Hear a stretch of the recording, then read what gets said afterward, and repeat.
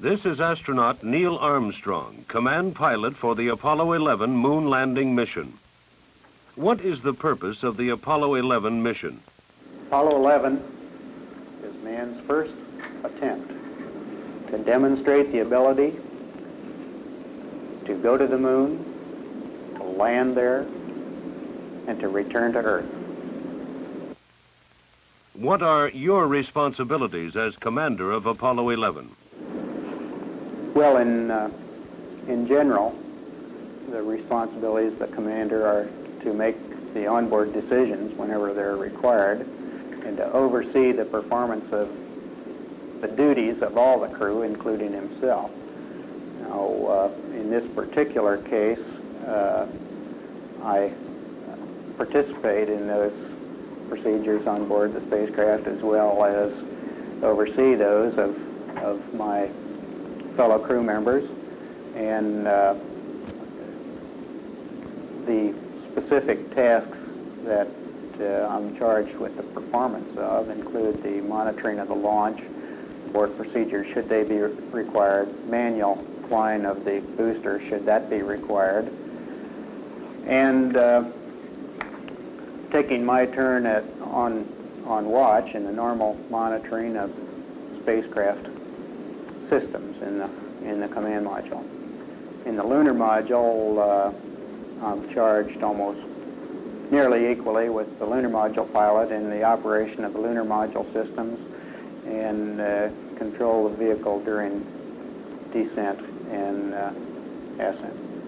Would you describe what will be happening just before the lunar module touches down on the moon? We will continue burning the engine until an altitude of only about 5 feet, at which the probes will ignite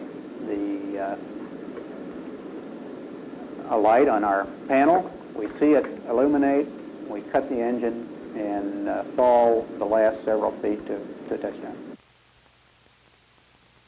Columbus explored one new world. You're about to explore another. How do you feel about such comparisons?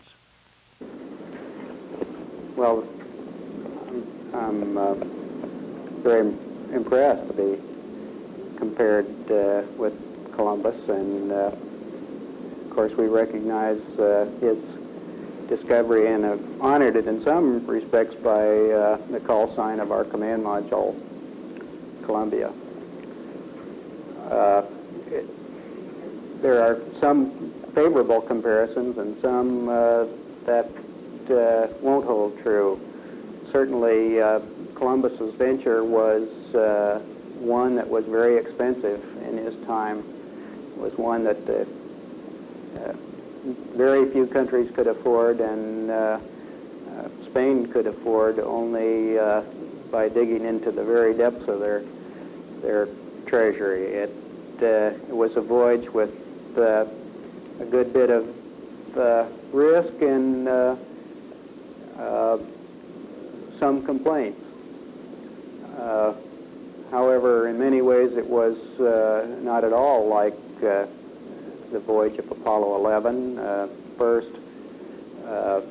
he wasn't sure where he was going. At least he thought he was going to China or the Indies, and ended up, of course, in a completely new world. Now, I very much hope that we won't terminate at some place that we didn't expect to, some planet that we hadn't planned to visit. I think we know a good bit about the place that we are going, and it's also necessary to notice that he did it without an entire nation's efforts behind him. Our voyage is the voyage of a nation and a voyage of humanity, while his was a voyage of a very limited few. This is astronaut Michael Collins, command module pilot for the Apollo 11 mission. What do you think will result from the Apollo 11 flight?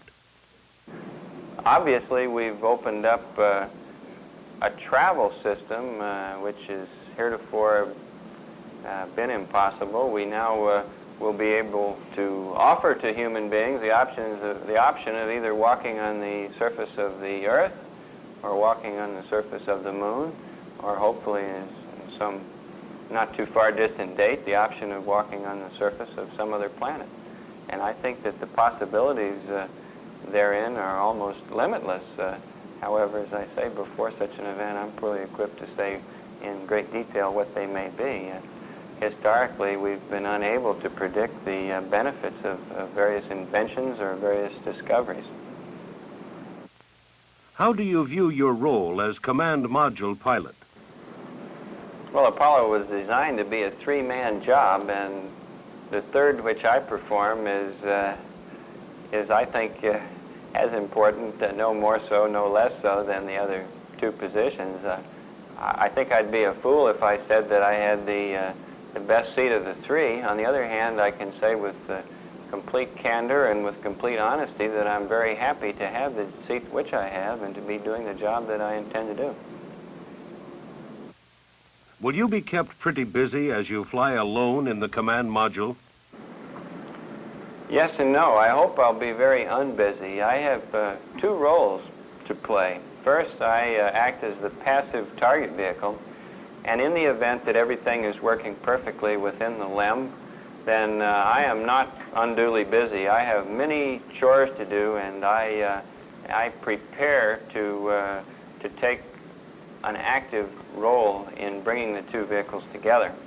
However, as I say, provided the LEM works and its radar is working properly and it's capable of making each and every maneuver leading up to the rendezvous and docking, then my job is essentially a quiescent one. On the other hand, should difficulties arise within the LEM, then my job is to rescue the LEM, and I then find myself becoming the active partner in charge of a very complex vehicle with a very complex job, and this is when I truly become busy, and I'm literally racing from one side of the cockpit to the other, getting solutions to various problems from my digital computer, making sure that my rendezvous radar transponder and VHF ranging systems are working properly, and doing a host of other small details, all of which are necessary for the successful completion of the rendezvous. This is astronaut Edwin Aldrin, lunar module pilot for the Apollo 11 moon landing mission. What's the first thing you and Neil Armstrong will do after landing? One of the first things that we will be engaged in is making immediate decisions as to how long we'll be staying on the surface. There are several favored abort points that we will be checking various systems to get a stay or no stay beyond these points. The first one occurs some 4 or 5 minutes after touchdown, the next one about 10 minutes, and the final stay occurs 1 revolution afterward. What we will be doing during that first revolution is very intensely preparing the vehicle for a simulated countdown to launch, which we will carry up to the last 5 or 10 minutes before the ascent, 1 revolution later, as the command module comes over. Following this period, we'll go through a power down of the systems in the lunar module, preparing it for an extended stay on the surface. We will have an eat period followed by about a 4-hour rest period. When we awake, hopefully from much needed sleep of 4 hours, we'll have another eat period and go through about a 2-hour plus EVA preparation period. About exploring the moon's surface, astronaut Aldrin had this to say. Following the EVA preparation period, we will go through the planned 2-man excursion on the surface, with Neil exiting the spacecraft first. As he goes down the ladder, I'll be taking pictures of him with a 16mm camera through the window. Television camera will also be recording his activities. Initially, he'll collect a contingency sample. As I descend onto the surface, he will then be collecting a bulk sample of a larger sample of the lunar material. While he's doing this, I'll be participating in an extended EVA evaluation, just what are the capabilities of man to perform tasks on the lunar surface. We'll then join together, following the deployment of television and perhaps the deployment of the flag on the surface.